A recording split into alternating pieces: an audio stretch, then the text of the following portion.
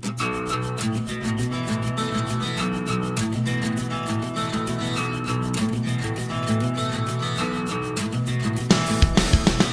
up? What up? What's going on, everybody? It is Ian Scotto. If you didn't already know that, which you should. Anyway, yeah, I know I actually have been saying I'm going to bring back the Ian Scotto podcast, which I haven't yet. To be honest, it's because I kind of want to bring my dude Brian Travers back on, but he always gets busy, so I don't know if I could rely on doing that on a regular basis. And plus, as you guys know, I have soft rep every week that I do, so you know, it's hard to find the time, but blah, blah, blah. Hate making excuses for that stuff. But anyway, this is not a full Ian Scotto podcast. This is just something that was on my mind. It's just actually something I was going to make a Facebook status about. And then I was like, why do that? I hate people getting into these debates on Facebook statuses where, you know, you don't really get to pan out your whole thought. So I'd rather go on a rant because that's what I do. I'm just very sick of Benghazi being used as a punchline by the liberal media and liberals in general who are saying this is just the Republicans stirring up something, and why are they making such a big deal over this, over these, you know, former SEALs killed at the embassy? This isn't, you know, another 9/11. There's that, you know, this isn't the Iraq War, and they weren't as outraged over the Iraq War, blah, blah, blah. You know, I'm sure you guys have seen it, especially like people like Jon Stewart and whatever. And they've kind of made a joke out of the whole thing. You know, the reason this hits me, of course, is working with Brandon Webb, whose best friend was Glenn Doherty, who died in the attack, as well as, you know, you guys know Ty Woods and all those guys. These are former SEALs. These are, you know, to me, the most important heroes of this country.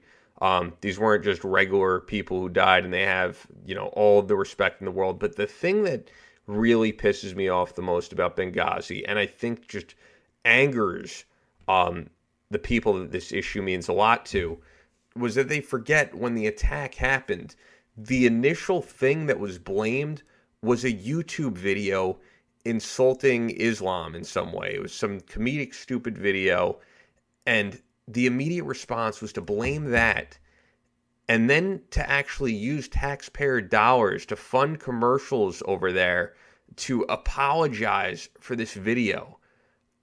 And the reason that angers me, you know, even if people find the video offensive, whatever, is that that's an attack on our free speech by our government. That's an attack on our First Amendment.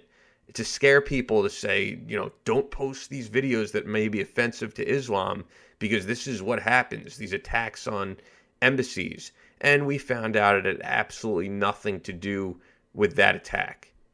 And they said that these men, you know, died seeking cover, which we know was untrue. And I had a great interview with Representative Louis Gohmert about it last week. If you guys don't check out my regular podcast and want to check it out, I thought it was great. And to me, Gohmert is a perfect example of someone that this issue does mean a lot to. And I don't think he's using it to posture politically. I think that he was deeply affected by this, and you could hear it in his tone when he talks to me about it. And I have a great respect for Gohmert. Doesn't mean I agree with the man on everything, but I think his concern on this particular issue for sure is absolutely genuine. So I get the anger, because I feel that same anger over this issue. And working in talk radio, I think people are taught to be outraged over something one minute or another, whether it's Don Sterling or, you know, Beyonce and his, I guess, sister-in-law. And it's like, who the fuck cares? But this is an absolutely important issue, and for it to get treated as anything less is a disgrace to the family members of Glenn Doherty and Ty Woods and the others in the attack.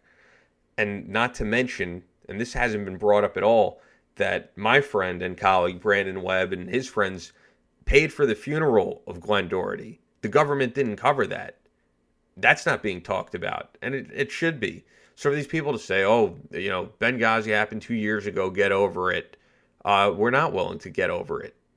We want some answers, and as I said, I think it needs to be addressed that the immediate thing this administration attacked was our First Amendment because some guy posted a video on YouTube, and that's un-American. And that's really all I wanted to say about it. I'm not someone who feigns outrage over things. I'm genuinely outraged over the way that Benghazi's been handled and the way, as I said, it's been used as a punchline by people in the media. Pisses me off, and I know it pisses off a lot of you who, listen to stuff that I do, such as SoftRep. Usually I use Facebook as an outlet or social media to be positive and to post inspirational things, and that's what I'll continue to do because I don't like to spend my time getting angry over politics. It really, it usually solves nothing and is just aggravating, and that's why I focus more on motivation and my own personal journey with working out and things like that, and anything positive going on in my life. But this particular issue hits me hard, and I know it does for you guys as well. So wanted to get it out there. If you want to respond, feel free. But that's the way I feel. Hopefully, I'll do some of my own podcasts in the future. Maybe just talking like this, but I'd love to get my dude Brian Travers on something because we always have good discussions. Talking into a microphone like this does nothing for me. I like to learn from others and all that stuff. That's why I love doing SoftRep and all that. So shout out to the SoftRep Mafia and any of my friends who listen to this. I will talk to you guys soon. New stuff coming soon on softrep.com. Some great stuff in the works. Signing off.